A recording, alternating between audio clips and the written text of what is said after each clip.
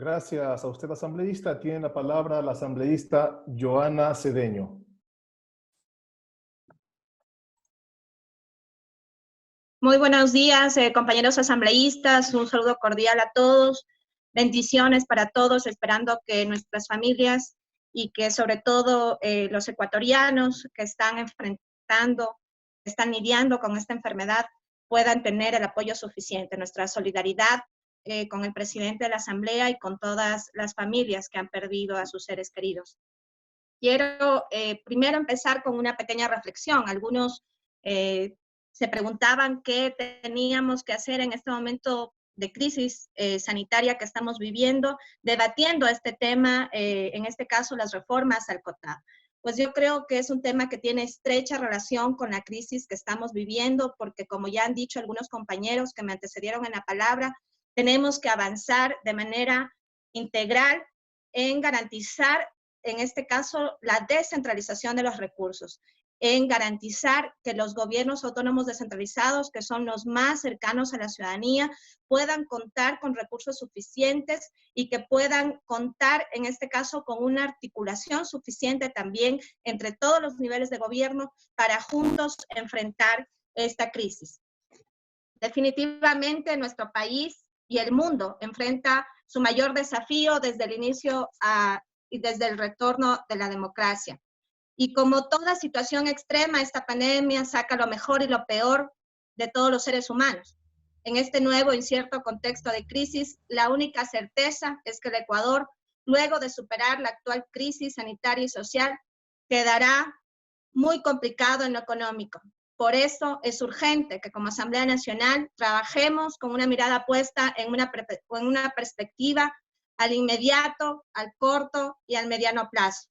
En el plazo inmediato creo que es nuestra obligación moral contribuir en todo lo que esté a nuestro alcance para que el Estado pueda canalizar todos los recursos necesarios al sector salud para vencer el virus y todos los recursos necesarios al sector social para defender la vida de los más necesitados, sobre todo de los más vulnerables ante los efectos negativos de la pandemia, garantizando por lo menos el acceso a los servicios básicos y, por supuesto, a la alimentación. Y también es nuestra obligación como Asamblea Nacional mantenernos vigilantes, ejerciendo nuestra competencia de fiscalización y control político para garantizar que el manejo de estos recursos sea de la manera más eficiente, honesta y sobre todo transparente. Ya entrando en la materia que hoy nos ocupa, creo que es necesario, por supuesto, las reformas que estamos debatiendo en este momento. Y creo, en mi caso personal, como concejal primero y como viceprefecta, que es sumamente necesario el fortalecer y apoyar a los gobiernos autónomos descentralizados. En este contexto quisiera insistir con el presidente y la vicepresidenta y todos los miembros de la Comisión de Gobiernos de GATS que están trabajando y que tienen que todavía tener un trabajo muy arduo para la construcción de esta iniciativa, insistir en una propuesta de ley que ingresé hace varios meses atrás en la Asamblea Nacional, donde en primer lugar trataba de incorporar un articulado para fortalecer los mecanismos de participación ciudadana que ya constan en el COTAD, pero que son todavía insuficientes, que estos mecanismos de participación ciudadana no garantizan efectivamente el derecho de los ciudadanos de participar activamente en la toma de decisiones. Y quiero referirme puntualmente a lo que determina la ley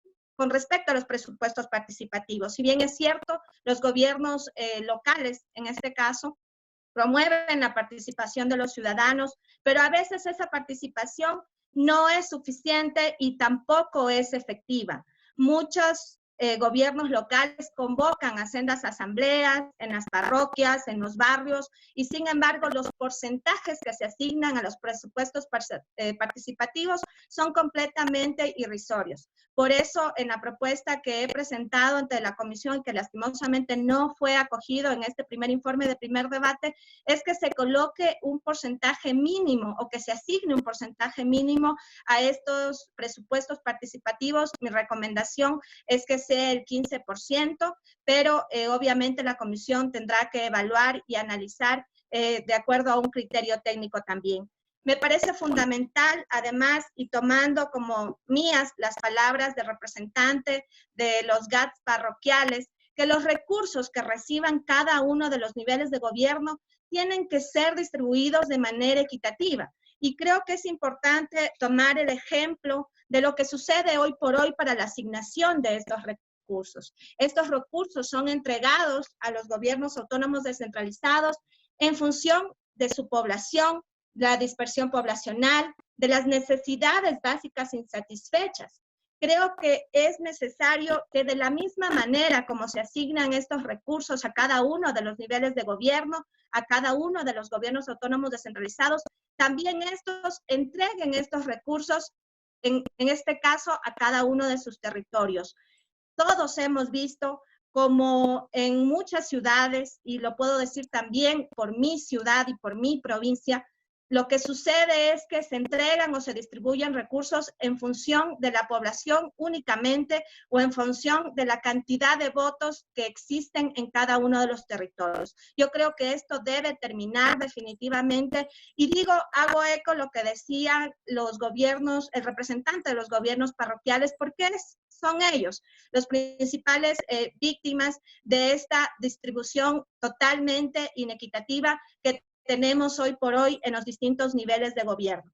Creo que es fundamental que los gobiernos provinciales distribuyan equitativamente los recursos al sector rural y que los macroproyectos de desarrollo, por supuesto, se los invierta y en este caso se los apuntale en una articulación de todos los niveles de gobierno.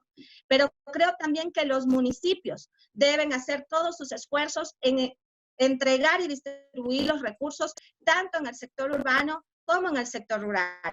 Y creo también que es importante, haciendo relación a una de las propuestas que se planteaban, escuchaba el representante de los GATS parroquiales que decía, nosotros estamos solicitando que se incremente del 6% al 8%. Tomar el ejemplo de lo que hicimos cuando, como presidente de la Comisión de Biodiversidad, impulsábamos la construcción de la ley especial amazónica. Y creo que es importante tomar el ejemplo, por ejemplo, en esta ley nosotros logramos que la distribución sea 28% a los GATS parroquiales, 58% a los municipios, el 28% a los GATS provinciales, 58% a los municipios y 10% a los GATS parroquiales. De esta manera logramos apoyar a las parroquias, pero sobre todo a los habitantes de estas parroquias. Recordemos que los niveles más altos de pobreza, que los niveles más altos de necesidades básicas insatisfechas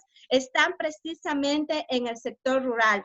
Y creo también que es necesario avanzar. No sé si a través de disposiciones transitorias, fue también un ejercicio que lo hicimos en la construcción de la Ley Especial Amazónica, avanzar en el tema de priorización de los recursos, priorización en la inversión de los recursos. No puede ser que tengamos todavía alcaldes que sigan construyendo parques que son totalmente necesarios, pero que aún no se solucionan de manera definitiva los problemas de agua potable, alcantarillado y saneamiento ambiental en muchos de los municipios. Creo que hoy y en la actual coyuntura es necesario promover un gran pacto nacional. Y en este gran pacto no solamente tenemos que estar los ciudadanos, las autoridades, tienen que estar en un solo puño trabajando todas las autoridades de los distintos niveles de gobierno. Independientemente de quién tenga la competencia, creo que es necesario ejercer lo que ya determina la Constitución y lo que determina también este código que rige a todos los niveles de gobierno, que es el ejercicio concurrente de las competencias. Por eso, en los próximos días voy a presentar directamente al presidente de la comisión un articulado precisamente para fortalecer esta concurrencia. Creo que es necesario que, por ejemplo, esta competencia tan importante que tienen los gobiernos provinciales, como es el fomento productivo, sea priorizada dentro de los planes, dentro de los presupuestos que tienen los gobiernos provinciales. Sí, Tiene un minuto, supuesto, asambleísta. las vías son necesarias. Sí, por supuesto, hay otras obras que son necesarias, pero en este momento de crisis sanitaria, en este momento de crisis económica y social, creo que todos estamos convocados a priorizar adecuadamente el uso de los recursos para salir juntos como ese Ecuador unido y valiente que somos. Un saludo cordial y bendiciones para todos. Gracias, presidente.